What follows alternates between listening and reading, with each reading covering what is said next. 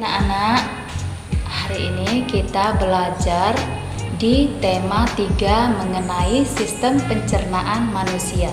Nah, apa yang terjadi pada makanan yang kita makan? Ayo kita belajar sistem pencernaan manusia. Nah, sebelum kita mengetahui tentang ini, kita harus tahu dulu penjelasan tentang sistem pencernaan. Sistem pencernaan adalah proses mencerna makanan yang kita makan yang bentuknya masih kasar menjadi bentuk lebih halus dan sederhana untuk diserap sari-sari makanannya. Nah, organ-organ pencernaan manusia terdiri dari rongga mulut, kerongkongan atau esofagus, masuk ke lambung, lalu ke usus halus, masuk ke usus besar. Setelah dari usus besar diproses ke anus. Pertama, rongga mulut. Bagaimana makanan dicerna di rongga mulut? Bagian-bagian rongga mulut terdiri dari gigi, lidah, kelenjar, air liur. Di dalam rongga mulut, makanan akan dicerna secara mekanik oleh gigi, lalu lidah dan kelenjar air liur dengan cara dikunyah dan dihaluskan agar menjadi potongan-potongan makanan yang lebih halus. Selain dikunyah oleh gigi, pencernaan makanan di mulut dibantu oleh enzim amilase yang dihasilkan oleh kelenjar air liur. Enzim amilase itu berfungsi untuk mengubah amilium atau karbohidrat menjadi maltosa atau monosakarida sehingga makanan yang kita makan akan menjadi terasa manis. Gigi di dalam rongga mulut dikelompokkan menjadi 3 jenis, yaitu gigi seri, gigi taring, dan gigi geraham. Mari kita lanjutkan pelajaran kita. Menuju kemana makanan setelah dikunyah di rongga mulut? Masuk ke kerongkongan. Nah, setelah dari rongga mulut, makanan akan masuk ke kerongkongan. Di kerongkongan, makanan akan didorong ke lambung. Nah, ini kerongkongan masuk ke lambung melalui gerak peristaltik dengan dikunyah maksudnya. Makanan dari kerongkongan menuju lambung karena adanya gerak peristaltik pada 2/3 bagian bawah kerongkongan. Gerak peristaltik adalah gerak mendorong makanan dari kerongkongan ke lambung.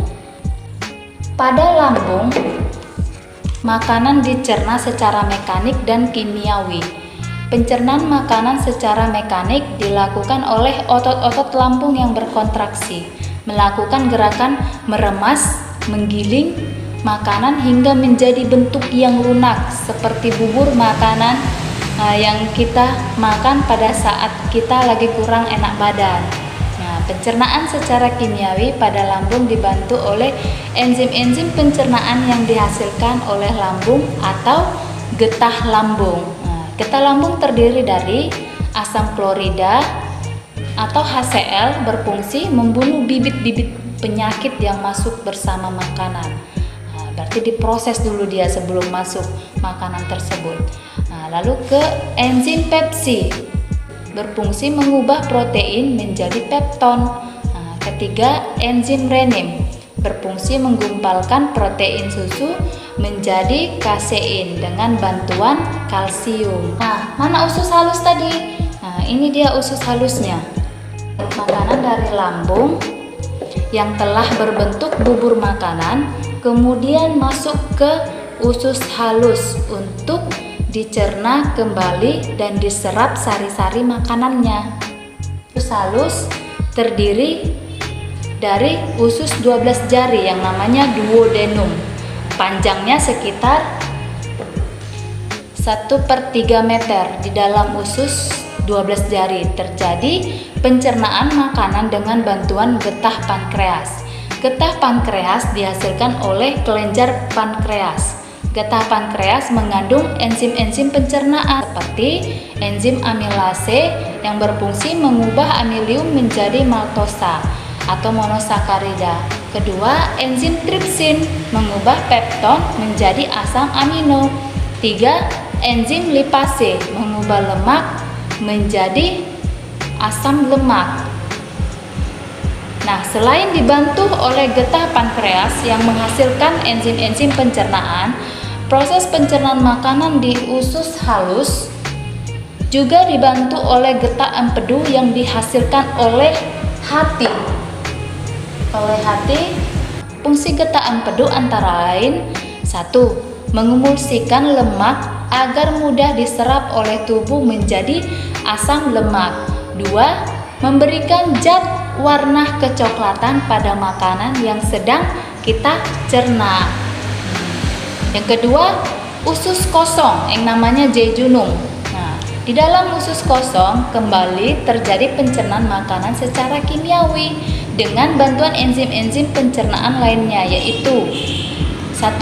Enzim maltase berfungsi sebagai mengubah maltosa menjadi glukosa. Kedua, enzim sukrose berfungsi mengubah sukrosa menjadi glukosa dan fruktosa. 3. Enzim laktase berfungsi mengubah laktosa menjadi galaktosa. Nah, 2. Usus penyerapan. Usus penyerapan adalah tempat penyerapan sari-sari makanan di mana zat-zat gizi pada makanan seperti karbohidrat, protein, lemak, dan vitamin diserap di usus penyerapan pada bagian yang disebut villi. Nah, di bagian villi inilah tempat sari-sari makanan di usus halus diserap. Sini dia. Villi banyak mengandung pembuluh darah yang berfungsi untuk mengedarkan sari-sari makanan yang telah diserap ke seluruh tubuh melalui darah. Pada panjang usus halus terdapat umbai cacing atau namanya usus buntu. Kegunaannya seperti klep penghubung antara usus halus dengan usus besar agar sisa-sisa makanan yang telah keluar dari usus halus menuju usus besar tidak dapat kembali masuk ke usus halus. Jadi dicerna dari sini ke usus besar. Usus besar. Ini ya usus besar. Pada usus besar, sisa-sisa ampas makanan diserap kandungan air dan garam-garam mineralnya. Kemudian ampas makanan tersebut dibusukkan oleh bakteri pembusuk yang hidup di usus besar, yaitu namanya bakteri Escherichia coli. Sebelum dibuang ke anus, ampas makanan yang telah dibusukkan oleh bakteri Escherichia coli dan telah berbentuk kotoran atau tinja atau feses yang namanya disebut terlebih dahulu masuk ke rektum yang terdapat pada ujung besar. Rektum memiliki otot polos yang apabila rektum terisi ampas makanan dan otot berkontraksi maka akan menimbulkan rasa ingin buang air besar. Nah, setelah diproses ke usus halus masuk ke anus. Nah, ini anus.